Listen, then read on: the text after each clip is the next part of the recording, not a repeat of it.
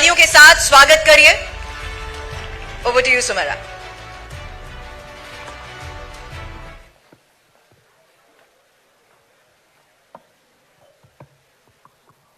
बहुत स्वागत है भूपेंद्र जी, TV9 भारतवर्ष के सत्ता सम्मेलन में हमारे साथ आने के लिए, हमारा हिस्सा बनने के लिए। भूपेंद्र जी, ये कहा जाता है कि भूपेंद्र यादव जी नेपथ्य के हीरो हैं, उन्हें नेपथ्य के नायक हैं।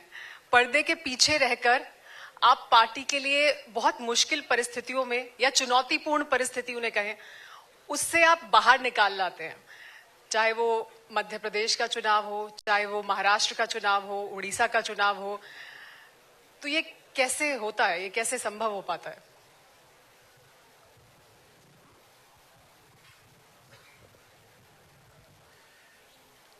सबसे पहले तो मैं आपको धन्यवाद देता हूं कि आपके चैनल ने मुझे यहां पे आमंत्रित किया है।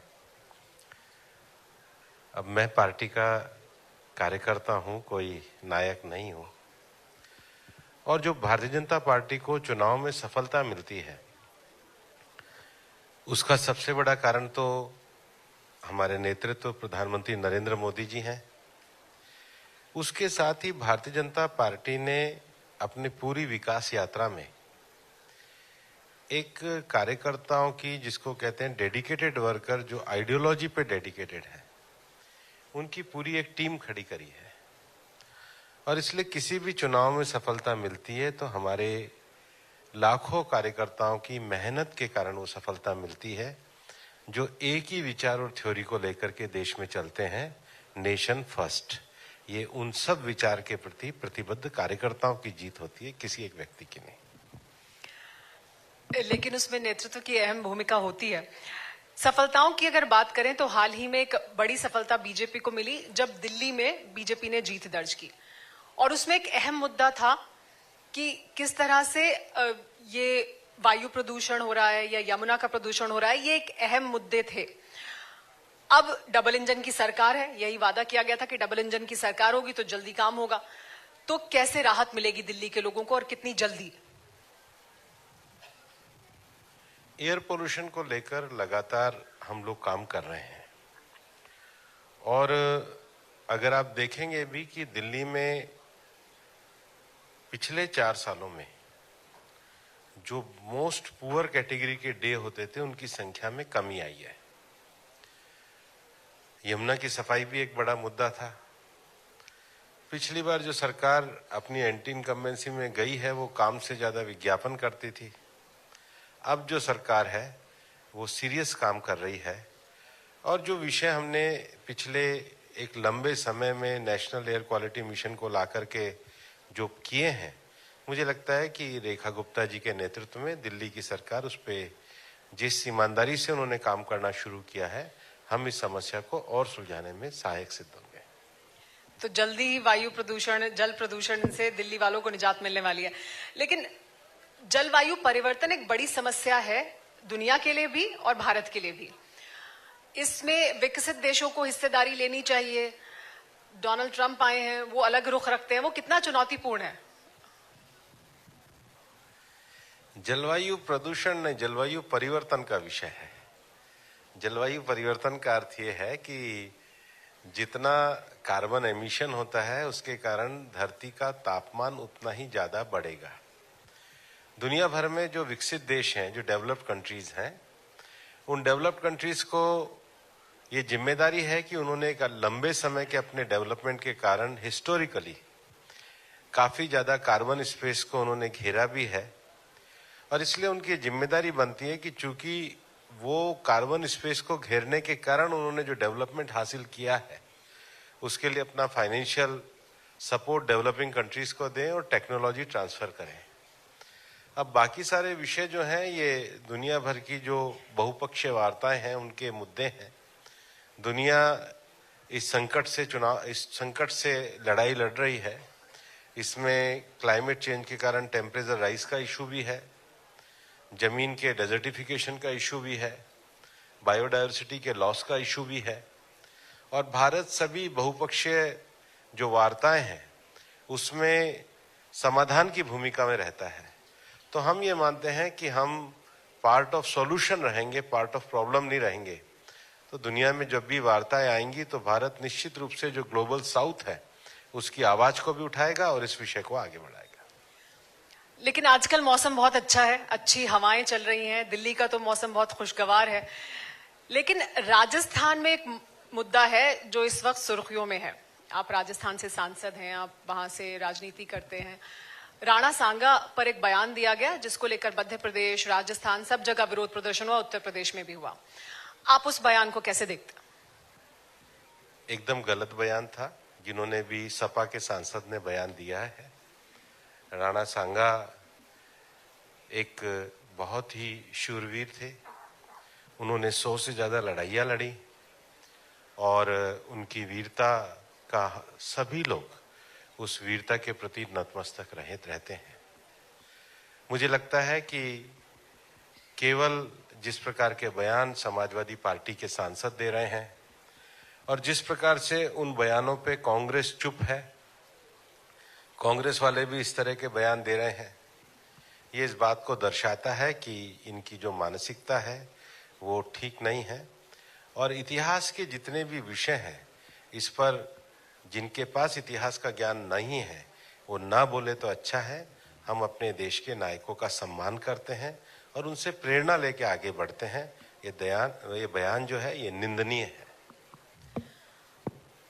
आजकल इतिहास, आप कह रहे हैं इतिहास का ज्ञान ना हो तो उस पर बात ना करें, लेकिन आजकल इतिहास की बहुत बात हो रही है और इतिहास में जो पीछे चले गए लोग उनकी बहुत चर्चा हो रही है। बिना ज्ञान के बात हो रही है।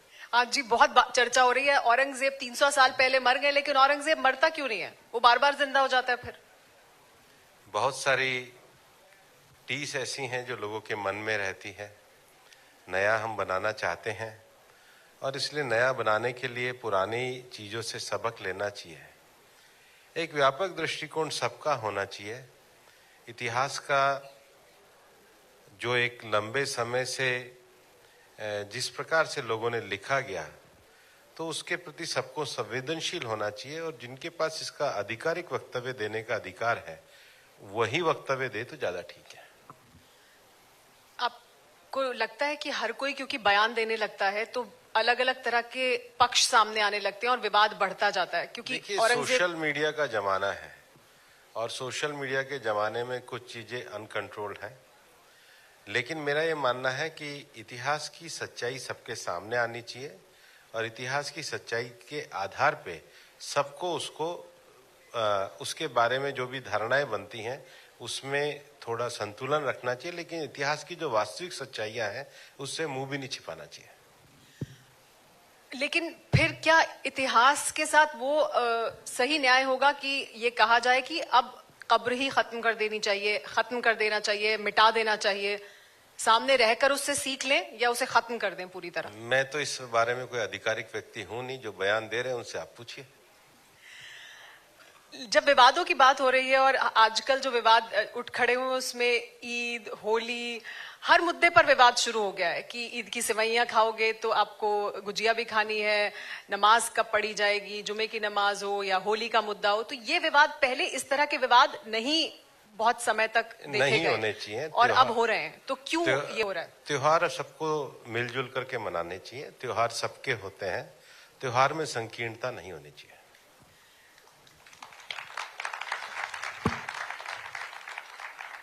क्योंकि एक तरफ मोदी जी की तरफ से सौगात मोदी दिया जा रहा है, मोदी जी सबका साथ, सबका विकास, सबका विश्वास की बात करते हैं, फिर एक तरफ नहीं हर तरफ से इस तरह के बयान सुनाई देते हैं। तो क्या ये सिर्फ सुर्खियां बटोरने के लिए है, राजनीति साधने के लिए? क्या आपको लगता है? नहीं, एक तरफ से क्यों दिया जा रहा है, चारों तरफ से दिया जा रहा है। मैं यही कह रही हूँ कि हर तरफ से दिए जा रहे हैं और सौगात ही दे रहे हैं। 10 साल में हम 10 साल में गरीब लोगों के लिए शौचालय दे रहे हैं, हम बिजली दे रहे हैं, गांव-गांव तक चीजें पहुंचा रहे हैं, विकास पहुंचा रहे हैं। सरकार का काम ही सेवा करके सौगात देना होता है, इसमें क्या आपत्ति क्या है? नहीं, इसकी तो तारीफ हो रही है। तो तारीफ के लिए एक बार सबसे ताली बजवा दीजिए। बस सबका मन हल्का हो गया। अब इसमें क्या विषय है? ये इतना ही आसान है एक वक्तव्य से आसान कर देना और एक वक्तव्य से विवाद पैदा करना। मैं आपको बता दूं, जीवन आसान ही होता है, कुछ लोग इसको कॉम्प्लिकेटेड कर देते हैं। तो जो कॉम्प्लिकेट करे उनको एक तरफ करो, बाकी तो 99% आसान से ही रहते हैं दुनिया में। क्या यही भूपेंद्र जी का गुरु मंत्र भी है? क्योंकि आपको मैंने शुरू में पूछा कि जिस तरह की सफलताएं आपको मिली हैं मुश्किल परिस्थितियों में, यही है विवाद को दूर करो और आगे का रास्ता अख्तियार करो, क्योंकि बहुत मुश्किल परिस्थितियों में, चाहे वो महाराष्ट्र का चुनाव जिसमें कहा जा रहा था कि बहुत मुश्किल होगी जी। इसके दो पक्ष हैं। पहली बात, किसी ने मुझे एक बार सलाह दी थी कि 3 चीजें तुरंत समाप्त करनी चाहिए: छोटी बीमारी, छोटा झगड़ा, छोटा कर्जा। तो विवाद छोटा हो तो समाप्त कर दो, तो विवाद समाप्त हो जाता है। बीमारी छोटी हो, आदमी बीपी की गोली नहीं लेता है, बाद में बाकी के उसके ऑर्गन पे इफेक्ट होता है। तो जितना जल्दी छोटे पे समाप्त कर दो उतना ठीक होता है। पर तो कुछ लोग विवादों में जिंदा रहने के लिए बयान देते हैं। अब मेरे को कभी कभी समझ में नहीं आता है, जैसे आरजेडी पार्टी के नेता हैं, अब हिंदुस्तान में शंकराचार्य जी की सनातनी परंपरा से कुंभ हो रहा है। अब आरजेडी प्रमुख ने कुंभ पे बयान दिया। भाई किस लिए दे रहे हो? कोई पूछने नहीं जा रहा है, कोई बात करने नहीं जा रहा है, कोई क्वेश्चन नहीं। अब मुझे समझ में नहीं आता है, समाजवादी पार्टी जो लोहिया जी थे, मतलब मैं भारतीय जनता पार्टी का कार्यकर्ता हूं, मेरे परिवार में भी लोहियावादी लोग रहे हैं, लोहिया जी को पढ़ा है, मस्तराम कपूर जी का पूरा डॉक्यूमेंट मेरे पास है और मैंने तो शायद सारे वॉल्यूम भी पढ़े हैं। अब उन्होंने तो रामायण मेला भी लगाया था लोहिया जी ने, और संस्कृति की बात भी करी थी। अब जो अपने आप को विरासत की बात करते हैं लोहिया जी की, वो कहते हैं साहब क्या गाय से दुर्गंध आएगी और इत्र से सुगंध आएगी। तो भाई इत्र को गाय के दूध की तरह पियोगे क्या? बताओ, है इत्र को डाल के पियोगे? हर चीज का अपना महत्व होता है, इत्र भी जरूरी है और गाय भी जरूरी है। बैलेंस एटीट्यूड तो ये है, ये भी जरूरी है, वो भी जरूरी है। लेकिन जो बयान देने का जो तरीका है, तो ये तो समाज में विद्वेष बढ़ाने वाली बात है, और इसलिए समाज में विद्वेष ना बढ़े, हर चीज की जरूरत होती है। अब जो ये इस प्रकार के बयान हैं, इनसे आपको प्रश्न पूछने चाहिए, बैलेंसिंग एटीट्यूड होना चाहिए, वही सबसे ज्यादा ठीक है समाज में। अब आपने बिहार का जिक्र कर दिया, आरजेडी का जिक्र किया, उस पर भी एक सवाल है। आप उस पे सारे सवाल पूछिए, आप जो मन में आए पूछिए, क्या दिक्कत है? पत्रकारों को सवाल पूछने ही चाहिए और नेताओं को जवाब देना ही चाहिए, और नहीं आए तो मना कर देना चाहिए। नहीं, आप हमेशा सब सवालों के जवाब देते हैं और इस बात पर जोर से तालियां होनी चाहिए। पिछली बार बिहार जब चुनाव हुए तो आप वहां के भी प्रभारी थे, अब फिर चुनाव होने वाले हैं इसी साल।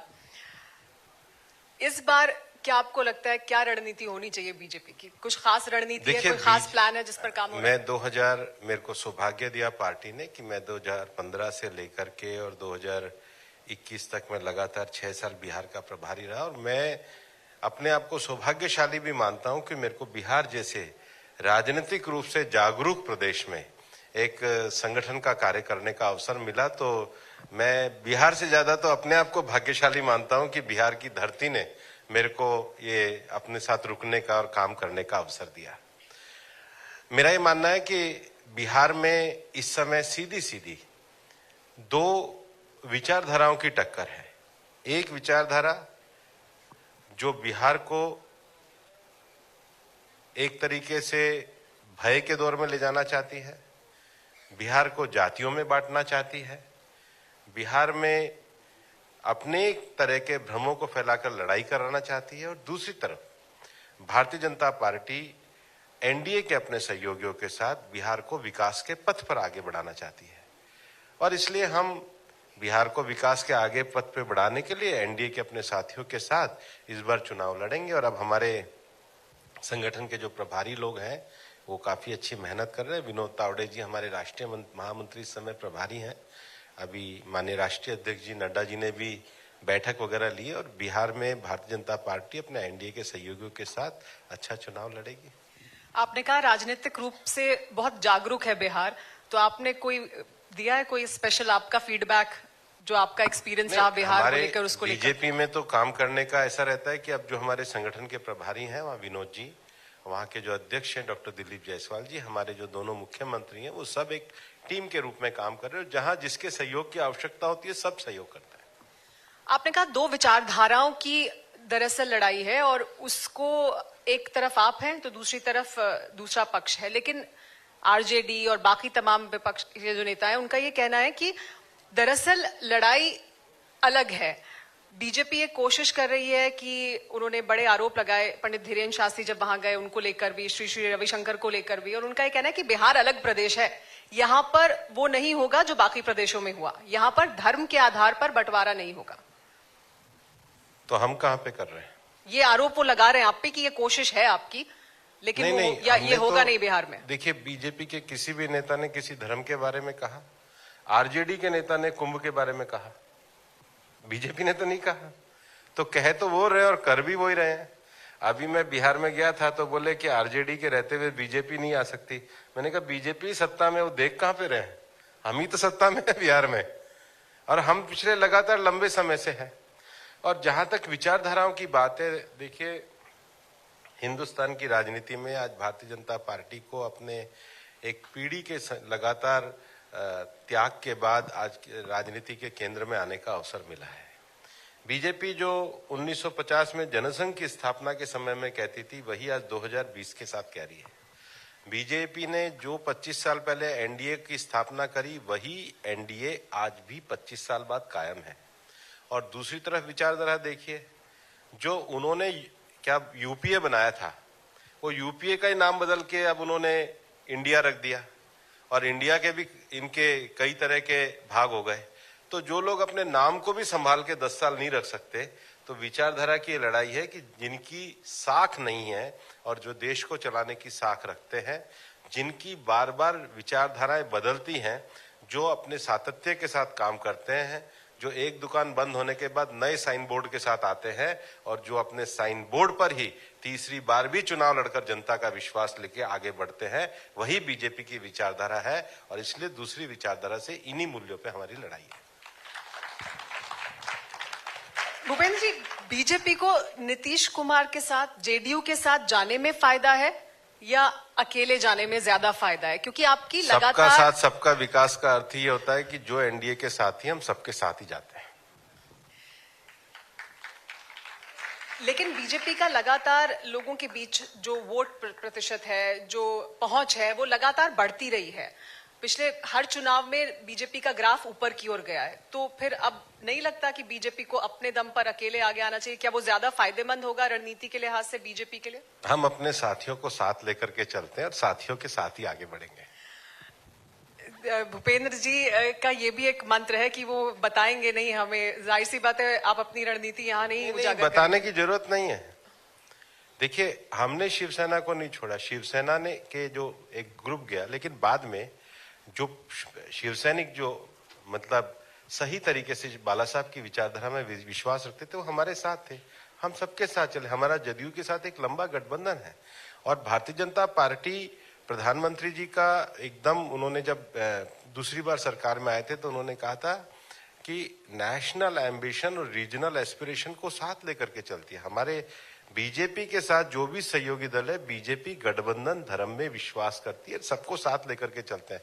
इसमें कोई छुपाने की क्या बात है? साथ लेकर ही चलते हैं हम अपने साथियों को। नहीं, बिल्कुल लेकर चलते हैं, लेकिन बीजेपी बड़ी होती जाती है और साथी छोटा होता जाता है। ये आरोप लगाता है विपक्ष कि वो छोटे होते जाते हैं। हम दोनों बड़े होते हैं, हम भी बड़े होते हैं और हमारे साथी भी बड़े होते हैं, और हम खुद भी बड़े होते हैं। सबको बड़ा करने के लिए चलते हैं, और हमारे बड़ा करने के पीछे देश को बड़ा करने का भाव है। देश सबसे बड़ा होना चाहिए, ये बीजेपी का भाव है। नीतीश जी जब वापस साथ आए तो उन्होंने कई बार ये बात कही है, हर मंच से कहा है कि नहीं, मैं अब हमेशा के लिए रहने के लिए यहाँ आया हूँ, मैं कहीं नहीं जाने वाला, ये साथ रहेगा। आप भी ये कह रहे हैं, पीएम भी ये कह चुके हैं, हर जगह से ये बात कही गई है। लेकिन हाल ही में नीतीश जी पर व्यक्तिगत तौर पर बहुत हमले किए जा रहे हैं, उनकी सेहत को लेकर सवाल पूछा जा रहा है, और ये एक मुद्दा बनता जा रहा है बिहार में। क्या आपको लगता है ये मुद्दा बनेगा इस बार के चुनाव में? और ये एक लगातार हमला है जो नीतीश कुमार जी पर हो रहा है, उनकी सेहत को लेकर चिंताएं हैं? देखिए, आरजेडी कुछ भी कर ले, उनकी बात के पे कोई विश्वास नहीं करता है। नीतीश जी बहुत सम्मानीय नेता है और हम उनका पूरा सम्मान करते हैं। विपक्ष की बात हो रही है तो राहुल गांधी जी की भी बात कर लेते हैं। संसद में वो लगातार ये आरोप लगा रहे हैं कि उनको बोलने नहीं दिया जा रहा, विपक्ष की आवाज को दबाया जा रहा है। वो तो 45 मिनट भाषण दिए थे, तो कहाँ किसने रोका था? वो तो ये आरोप लगाते हैं मेरा माइक बंद कर देते हैं। कहाँ माइक बंद करते हैं? माइक बंद करते तो आवाज कैसे आती है? बोलते हैं तभी तो माइक की आवाज आती है, तभी तो पत्रकार सुनते हैं। तो बिना माइक की आवाज की कौन बोलता है? वो बोलते हैं, उनकी बहन बोलती है, उनकी पार्टी के लोग बोलते हैं, भाषण देते हैं, और अंदर भी बोलते हैं, बाहर भी बोलते हैं। कौन रोकता है उनको? हाँ, वो बाहर तो आके ये कहते हैं कि अंदर नहीं बोलने दे रहे हैं। लेकिन भूपेंद्र जी, जब हम बिहार की बात कर रहे हैं या बाकी तमाम प्रदेशों की मैंने बात की जिसकी जिम्मेदारी आपको मिली, और वो जिम्मेदारी आपने बखूबी निभाई भी और सफलताएं दिलाई, अहम जिम्मेदारियों को निभाते हुए मुश्किल परिस्थितियों में एक सफलता दिलाई पार्टी को, तो प्रदेशों के स्तर पर आपने ये किया है, राष्ट्रीय स्तर पर भी ये जिम्मेदारी मिलेगी तो उसी तरह से आप आगे बढ़ेंगे? नहीं, मेरे को पार्टी ने दी, राष्ट्रीय स्तर पे 11 वर्ष तक राष्ट्रीय मंत्री और महामंत्री बना के रखा। पार्टी तो देखिए, जब आप पार्टी के कार्यकर्ता के भाव में हो तो पार्टी जो जिम्मेदारी देती है आदमी काम करते हैं।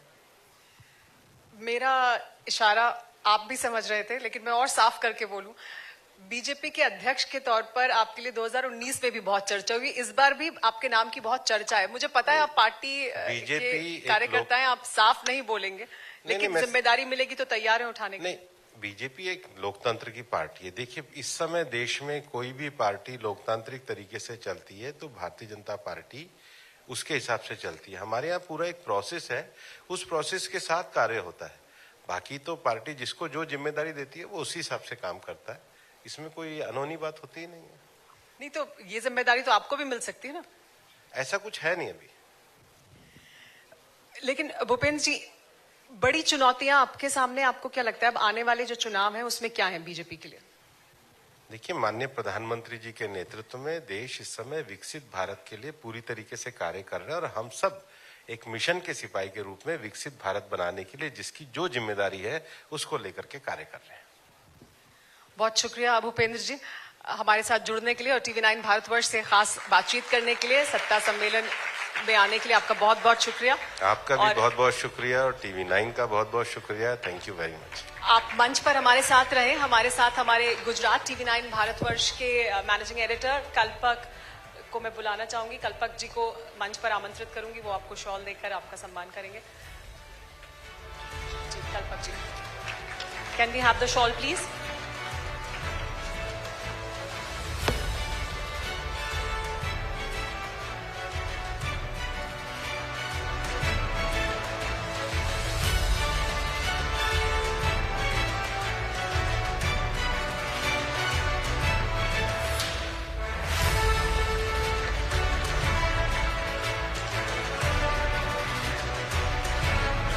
Thank you, Suman.